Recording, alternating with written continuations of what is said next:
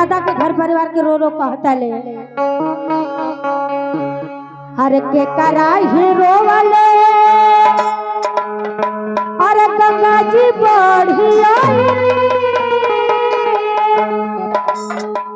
अरे के कराही रोवले का नवा हो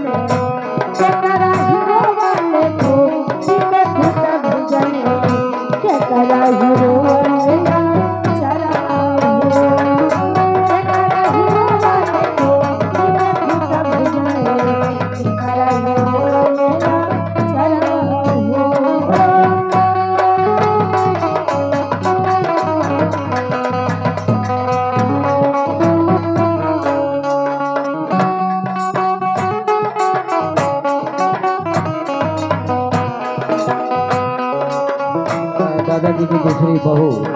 उनकी तरफ से हाँ तीसरी पतु अक्षय जी की तरफ से दादा जयंती का पुरस्कार रहा और दूसरी पहली दूसरी तीसरी जारी होगी माँ बाप उनकी लड़की की तरफ से बहुत सुंदर बहुत सारे पुरस्कार रहा दादा का दोनों जानी पतो रही है दूसरी या तीसरी यानी पहली ना आई है बाबूजी के आत्मा के शांति खाते हजारों हजार रुपया का पुरस्कार देने वाली जावा लेकिन बहुत सारे मास्टर साहब के कराही रोवले गंगा जी बढ़िया के कराही रोवले नवा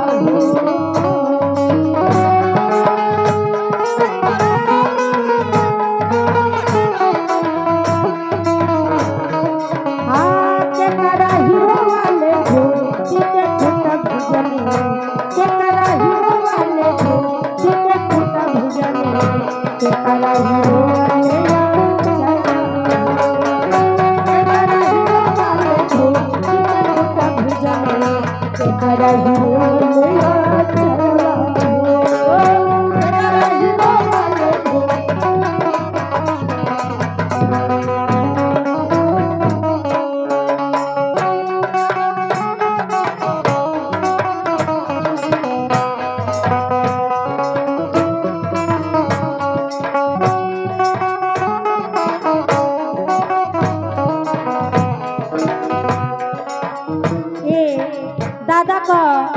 बड़की जानी पतो ये अपने बाबूजी के आत्मा के शांति खाते ये हजारों हजार रुपया का पुरस्कार देने वाले मास्टर साहब आप कहता नहीं बाबा हाँ माई के रोवले गंगा जी बढ़िया बाबूजी के रोवले नवा ए भगवान आज माइयों के बड़ी कष्ट बा जौन माई का जोड़ा आज उजड़ गल माई के भी बड़ी कष्ट बा कि आज हमारे सैया रहते तो आज क्या बात है बा अब माई बानी ना और का तू कहाँ रहलू है हम ना जल्दी हाँ यही से तो के हम पहले ही मंदिर में ढाए दे चल समय के देखे अब बा माई के रोवले तेरे कारबार वाली वाली आके कपारा पर फेंक डालो साझवे से हम कहो हमनो को का कर जा ये मास्टर हाँ माई के रोवले गंगा जी बढ़िया बाबूजी के रोवले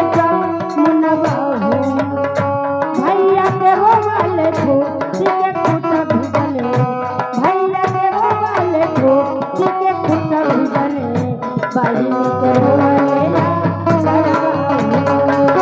भैया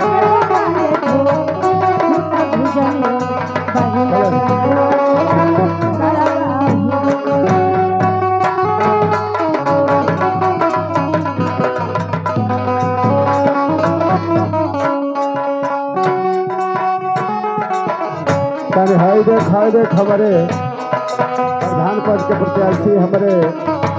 प्रमोद भैया भारती जी आज हो आइल बड़े जेकर हाथ से सट्टा लिखल बा, लेकिन घर का मलिकार ना प्रमोद चौहान जी लौकलन। चल बाबू चल चल चल। कारण नहीं आया के करो बुलावा के करो भैया के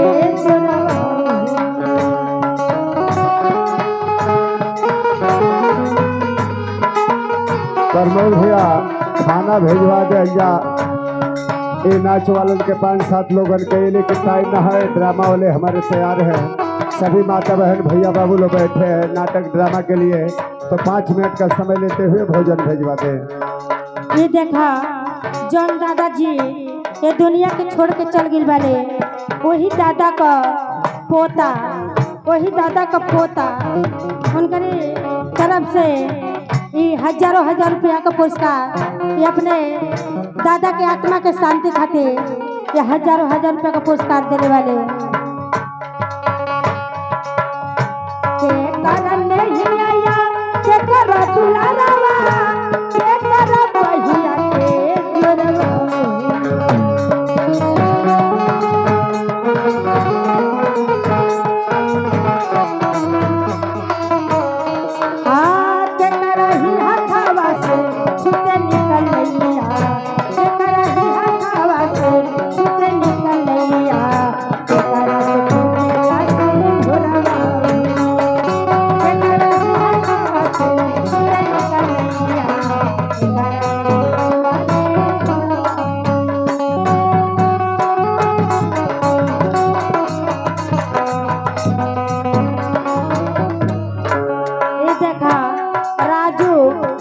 मिस्त्री